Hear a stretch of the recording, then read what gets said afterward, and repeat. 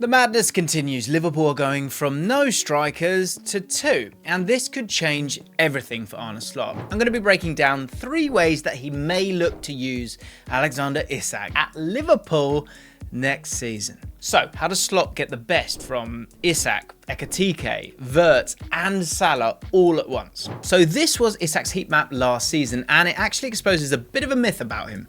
Now, of course, he likes to get the ball centrally, but he also frequently gets on the ball in these wide areas. And that may reveal a bit of a kernel as to what Slot might have planned for him. So the thing that we need to explain now, of course, is let's have a look at why he peels wide and how Slot can use that to his advantage. Now, you usually expect a solo striker to be central, but despite being 6'4", Isak is atypical in the sense that he's extremely comfortable at carrying the ball. He's not a dribbler, he's not a winger pretending to be a forward, but he is a forward that does love to drive with the ball. He's very, very comfortable. And the interesting part, though, is that despite this talent, he still combines with his teammates brilliantly. And in this situation, he does exactly that. Passing to Anthony Gordon in a tight area before receiving the wall pass back, shooting, and inevitably, because it's Isak, scoring. And this shows that Isak can combine really well with his teammates. It's something that people don't talk about enough, in my opinion, and especially players that have arrived into positions typical of a striker. And so from there, we set up the first big question. Can Ekitike and Isak play together? It's the question that everyone's asking. And how exactly would it work? The main question here. So, Ekitike's heat map is quite similar to Isak. They both operate centrally, but also have tendencies to drift wide, which is why we're also surprised that both have been signed. They do have those similarities. Isak played as a single striker last season, so did Ekitike. Well, after January he did. Up until then, Ekitike was playing in a striker partnership with Omar Marmoush, of course, and that may give us a clue as to how this could work with both of them on the pitch. In reality, their average positions actually look like this. Marmoush and Ekitike, that is. And this is key, because everyone's focused on Ekitike and his desire to drift left, and that is correct. But Ekitike spent far more time centrally, certainly in a front 2 pairing, and even peeled towards the right-hand side when Marmoush was at Frankfurt. And so when we're trying to make this work, this is great when you consider that we've just seen Isak on the left-hand side. So it is possible for something along the lines of this becoming a reality with Isak as the left striker and Ekitike on the right of the 2. So that's possible, but what about the other 8 outfield players? We're going to come back to this because there is a major factor that I think needs addressing. But first, let's talk about this, because not only have Liverpool brought in several other new faces this window, they also won the league last season without playing a striker. Something we've spoken about a lot on the channel. So now they're going from no strikers to 2 strikers. That's a 200% increase on strikers. Is that right? And if that maths is a bit too much for you, get yourself ready. Because when you accommodate 2 strikers, that of course means you need to lose a midfielder.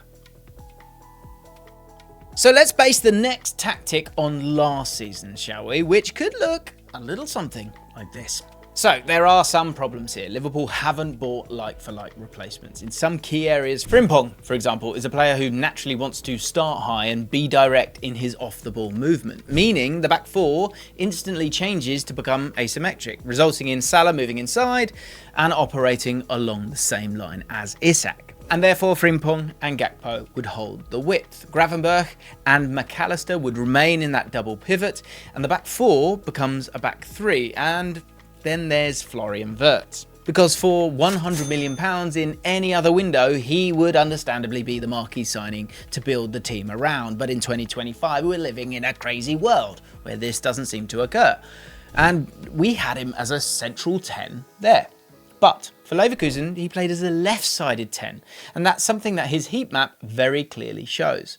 But in pre-season, he hasn't played in either of those 2 positions just yet. He's been playing as a false 9. Now, the full lineup here is similar to what we came to expect from Liverpool last season. However, at times, the formation morphed into this. Wirtz and Elliott operating as dual false 9s. A false 18, if you will. More maths there. with the idea of Wirtz and Elliott having the freedom to drop deeper and receive the ball. Meanwhile, Salah and Momoa attacked the box from those wide areas. And that's one way of using Wirtz. But if you spent 100 million quid on him, based on his performances on the left initially, you ideally want him in a similar role, surely. And yes, he plays centrally for Germany, but he's not quite as good in that position. You want to get him into a place where he thrives, and that is going to be the big problem or opportunity or challenge for Liverpool, is that there is a lot of change here. So how do Liverpool get Wirtz in his best position with Isak in the team and even Ekitike too? Well, it's time to go back and head back to that 4-4-2 we showed you just a little bit earlier. So this is what it looks like. But how does it actually attempt to work? Well, to answer this, we need to look at how it works both in and out of possession. So when defending a 4-4-2, often it becomes this, a mid-block. We all know, you know what a mid-block is, right? So it's where the whole system constricts to prevent spaces for opponents to attack into. Arsenal notably like to do this, and it is very en vogue. Most teams are doing this. So one reservation that I have about this is Salah's deep positioning. Because last season, yeah, he did track back sometimes to help Trent. But, you know, Liverpool's superpower last season was the ability to hit those direct long balls into wide areas for Salah to latch onto. And this often came from Salah having that higher starting position. And if he has to drop into that midfield bank of four, it's just not ideal, I don't think. I think obviously that pass just becomes more difficult. It takes longer to do. You can't just kind of, you know, grip it and rip it. And when you flip it and look at how Liverpool could press, it looks something like this. So with a front four, they will be able to press man for man against teams who play a back four, and that could prove very, very effective, right? But when playing against teams who play a three-man midfield, again, there's challenges. It could mean that their midfield gets overrun if the first line of the press is bypassed. And so without their own three-man midfield, there may be questions about whether Liverpool have enough bite in there to prevent transitions, something that they've been so good over the years at. And so then when we flip it and look at the in-possession shape, it's almost unrecognisable from the 4-4-2. So let's start with that first phase, Alisson in possession, and what happens in this initial stage. Of course, last season, both Trent and Robertson, they stayed quite flat last season, whilst I think Kerkez may be that touch more conservative of the pairing in his starting position. Frimpong will almost definitely be higher. Why have you bought him otherwise? And this is where the formation begins to change. So when the second phase begins, things begin to move even more, with Kerkez now tasked with holding the left side, with Wirtz naturally wanting to operate in those pockets. And on the other side, Salah will likely move inside to target the corner of the box, with Frimpong holding width. And so that could lead to Salah and Wirtz both operating in similar positions in those half spaces, but just on either side. And then in the final third, the split strikers, they then begin to come into play.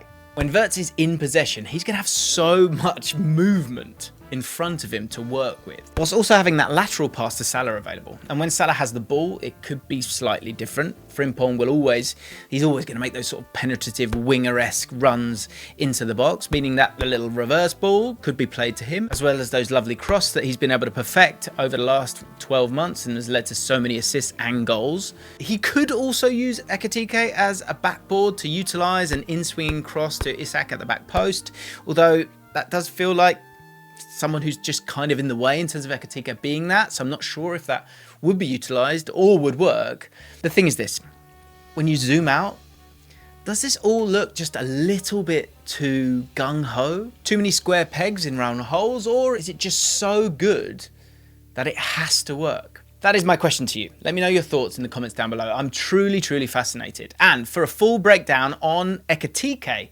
in Slot's tactics, click here.